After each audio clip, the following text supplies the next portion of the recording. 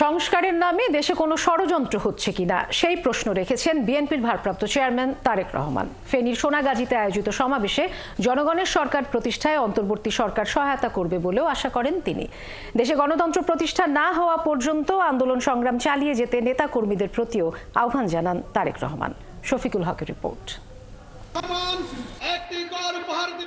বিএনপির ভারপ্রাপ্ত চেয়ারম্যান তারেক রহমানের নির্দেশে বিগত সরকার পতনের আন্দোলন সহ জুলাই অভ্যুত্থানের শহীদ পরিবারগুলোর মাঝে উপহার বিতরণের আয়োজন করে আমরা বিএনপি পরিবার। সোনাগাজী হাই স্কুল মাঠে আয়োজিত এই অনুষ্ঠানে লন্ডন থেকে ভার্চুয়ালি যুক্ত হন তারেক রহমান।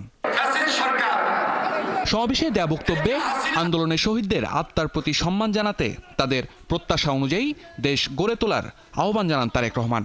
গণহত্যার দায়ে শেখ হাসিনা ও তার সহযোগীদের বিচারের দাবিও করেন তিনি। যারা এই হত্যাকাণ্ডের সাথে জড়িত, বিশেষ করে এই হত্যাকাণ্ড, এই খুন গুম, এই জখম যারা করেছে, তাদের যে নেত্রী 5ই আগস্ট পালিয়ে গিয়েছে, তার যদি বিচার না হয়, তাহলে যারা এত বছর ধরে গুম করেছে, যারা এত বছর ধরে খুন করেছে, যারা হাজারো লক্ষ মানুষকে জখম করেছে, তারা ভবিষ্যতে উৎসাহিত হবে। এ সময় আবারও নির্বাচনের তাগিদ দেন বিএনপির ভারপ্রাপ্ত চেয়ারম্যান। আশঙ্কা প্রকাশ করে তিনি প্রশ্ন রাখেন, সংস্কারের কথা বলে নতুন করে কোনো ষড়যন্ত্র হচ্ছে কিনা। আমাদেরকে দেখতে হবে সংস্কার করে এটি কি কোনো ষড়যন্ত্র কিনা। যদি সংস্কার করে এই বিষয়টিকে যদি দীর্ঘায়িত করা হয়, তাহলে দেশের সমস্যা বাড়বে। যত দ্রুত আমরা জনগণের সরকারকে প্রতিষ্ঠিত করতে পারবো, তত দ্রুত আমরা বাংলাদেশকে আমরা তত দ্রুত সমৃদ্ধির পথে নিয়ে যেতে সক্ষম হব।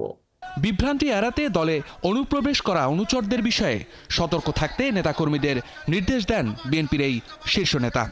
আপনাদের সকলকে, এই সকল অনুচরদের বিরুদ্ধে আপনাদের সকলকে সজাগ থাকতে হবে, সকলকে সতর্ক থাকতে হবে, যাতে তারা আমাদের এই গণতন্ত্র প্রতিষ্ঠার আন্দোলনকে যাতে কোনোভাবে তারা ব্যাঘাত ঘটাতে না পারে। 9 বছর আগে ক্রসফায়ারের নামে বিচার বহির্ভূত হত্যাকাণ্ডের শিকার যুবদল নেতা মাসুদের পরিবারকে ঘর উপহার দেন দলের এই শীর্ষ নেতা।